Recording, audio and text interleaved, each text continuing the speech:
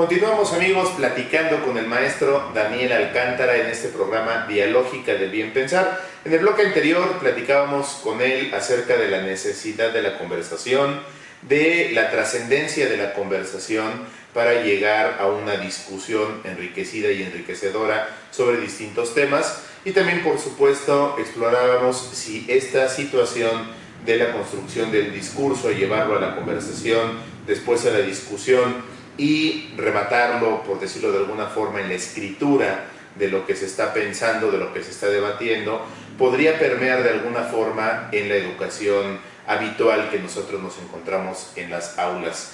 Pero debido a que este es nuestro primer programa, nuestra primera emisión, y le hemos titulado Dialógica del Bien Pensar, queremos ahora trascender el concepto de la dialógica al concepto del bien pensar.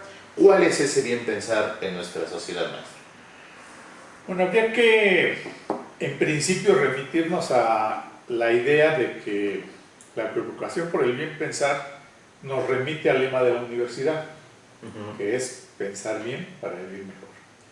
Desafortunadamente, como están los hechos históricos, no hubo en su momento una justificación del lema. ¿Qué significaba? ¿Fue una ocurrencia? No, básicamente, bueno, fue una decisión, hubo un concurso, no recuerdo el año, de los lemas que se presentaron, no hubo, es decir, se declaró desierto, el jurado declaró desierto, y entonces el que era en aquel entonces, digamos, el responsable administrativo de la universidad lo sacó por decisión de él, pero igual no dejó constancia por escrito alguna razón de por qué se le ocurrió. Sí. Fue hasta años después, fines del siglo pasado, que el maestro Adolfo Sánchez Vázquez hizo una reflexión cuando recibió el doctorado honoris causa de la universidad, hizo una reflexión sobre lo que para él significa el bien pensar. Y bueno, él básicamente es conocido, tiene una afiliación marxista, es promotor e impulsor del materialismo histórico, básicamente en las concepciones filosóficas, dicen algunos del joven Marx, yo digo de toda su trayectoria intelectual, y en la reflexión que él hizo solamente apunta, o más bien apunta con bastante rigor, el hecho de que se trata de entender al mundo desde un punto dialéctico y desde un punto de vista materialista, es decir, hay un cambio constante, hay una evolución constante y hay contradicciones, y si no lo vemos así, pues no se va a avanzar en la comprensión del mundo, ¿no? Es decir, un poco la tesis de Marx, que el hombre es él y su acción sobre la naturaleza, y que en esa interacción hombre-naturaleza se generan las fuerzas productivas, se generan las relaciones de producción, y que es en este, digamos, en este dinamismo que se va construyendo la cultura y explicando la evolución humana. Entonces decía Sánchez Vázquez, pues eso es el bien pensar, tener la capacidad de entender qué somos como individuos, cuál es nuestro papel en la sociedad y cómo podemos construir una sociedad, no sé si lo dijo en esos términos explícitos, pero es la idea, una sociedad más humana. Ahora, nosotros en el Seminario de la Cultura del Bien Pensar, que iniciamos hace ya casi 7 años, nos dijimos, bueno, esta es una explicación correcta, pero habría que tratar de entender, porque nos lleva a las preguntas de, bueno, y si hay un bien pensar, hay un mal pensar, claro. La falsa conciencia de que hablan algunos otros filósofos, la cosa en sí del que hablan otros, la condición de la esencia humana. Entonces, bueno, ¿qué es realmente el bien pensar? Y por otro lado se vincula, dicen, con el bien vivir, que algunos dicen, pues eso es hedonismo, a lo mejor eso tiene que ver... Pero habría que distinguirlo ahí entre el bienestar y el bien ser, ¿no?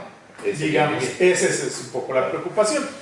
Entonces, nosotros nos pusimos en el seminario a reflexionar en este sentido, y yo pudiera decir que hemos llegado a la conclusión, algunos, no todos también, ¿no? Es la riqueza de las discusiones, pero algunos, yo en lo personal sí creo que básicamente el bien pensar tiene que ver con esta interpretación del hombre desde un punto de vista histórico, desde un punto de vista materialista y desde un punto de vista dialéctico.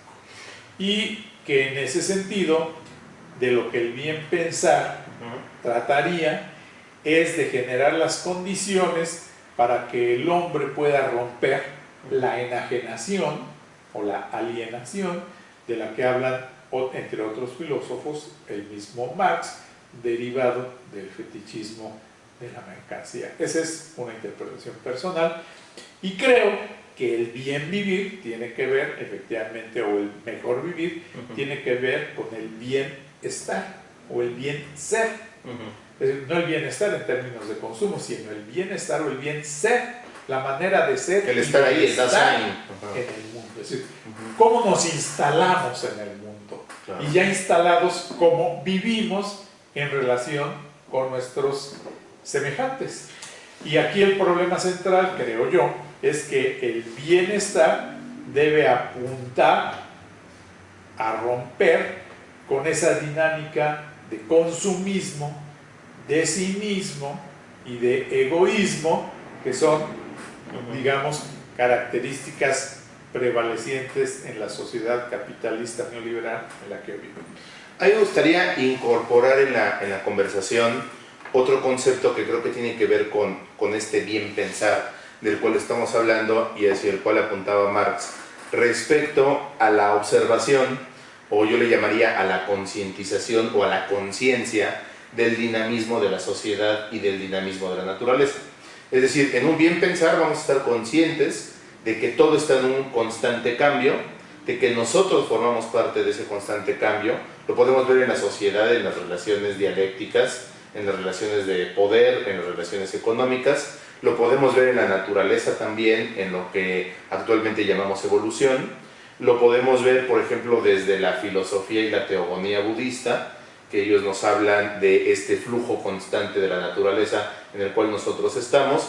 Y entonces consideraría yo que este bien pensar sería la conciencia de esa realidad dinámica y por consiguiente un mal pensar, la inconsciencia de la realidad dinámica o la creencia de una realidad estática en la cual no ocurre nada y de lo único que se trata es en el momento presente de poseerlo todo, de tenerlo todo, de estar bien a todas luces, y ahí recaeríamos de alguna forma en este consumismo, en este hedonismo, que de alguna manera a la larga, ignorando por completo esta realidad dinámica, pues nos va a traer consecuencias sociales como las que vivimos en un mundo capitalista donde la acumulación del poder y de la riqueza es brutal.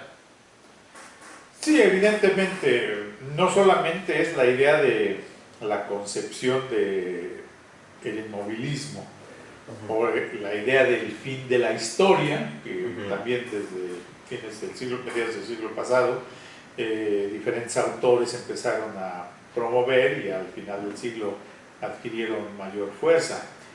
Es también la idea de la imposibilidad de transformar el sistema económico.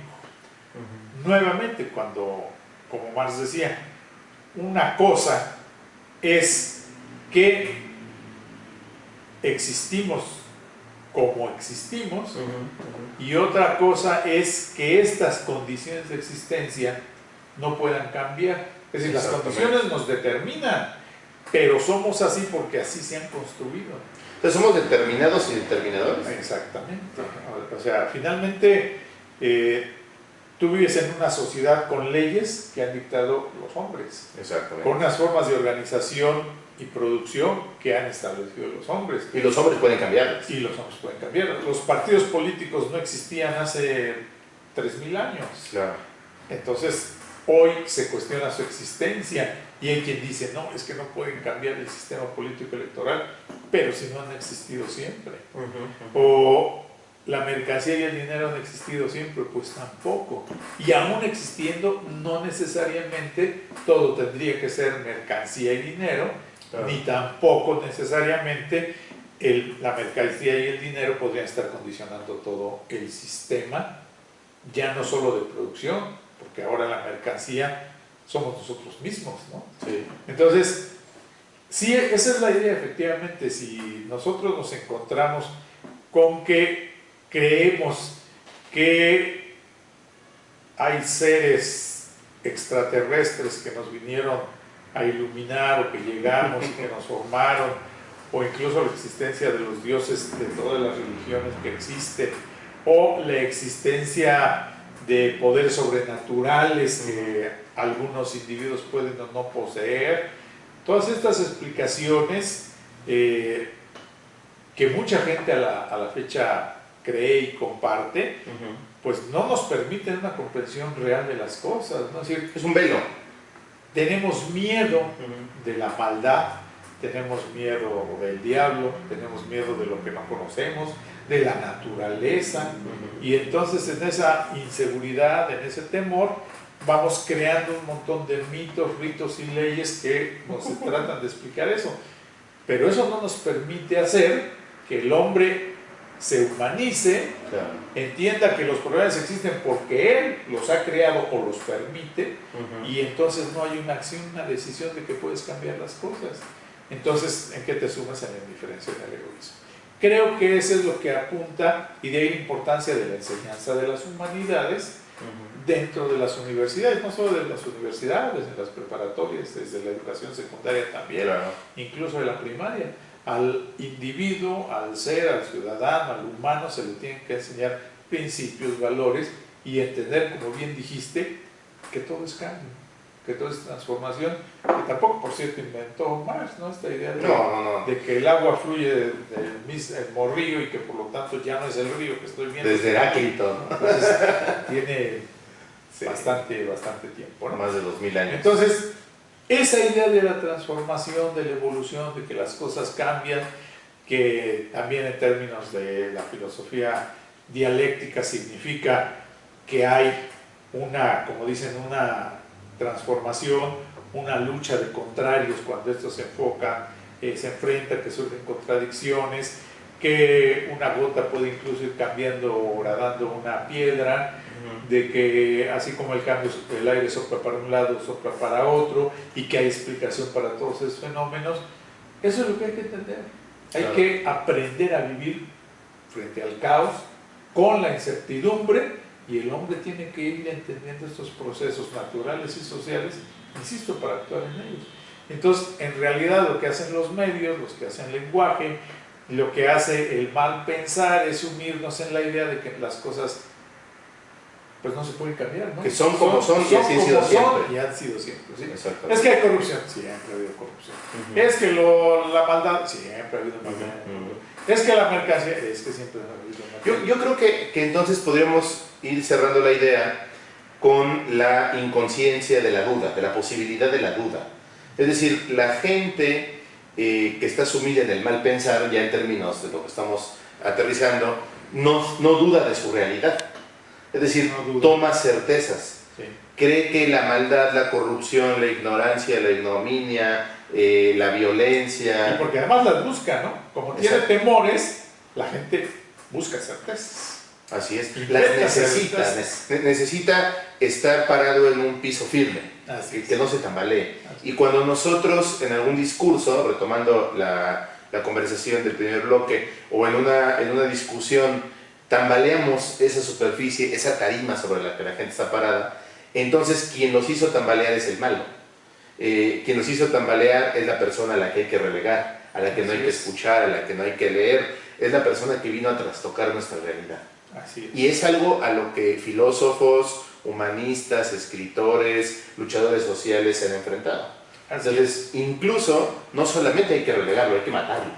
Así es. Y ha ocurrido a lo largo de la Y historia. olvidando la historia, que justamente nos demuestra que los grandes cambios, los procesos revolucionarios, no necesariamente en términos de armas, sino de ideas, de desarrollo industrial y todo, han sido impulsados justamente por los inconformes, por los rebeldes, por los críticos, por los que no están de acuerdo con las cosas.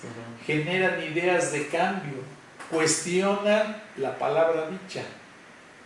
Además, limita este tipo de concepción, cercena la libertad. Tú ves a un niño y desde joven, desde que empieza a articular palabras, a gatear, tiene curiosidad, quiere agarrar esto, quiere ver esto, ¿por qué no funciona esto? ¿Por qué no funciona el otro? Tiene curiosidad. Claro. La curiosidad fomenta la duda y la búsqueda, principios esenciales para la investigación. Pero luego en el sistema escolar, no hagas esto, no hagas lo otro, no pienses, no dudas, no discutas, obedece.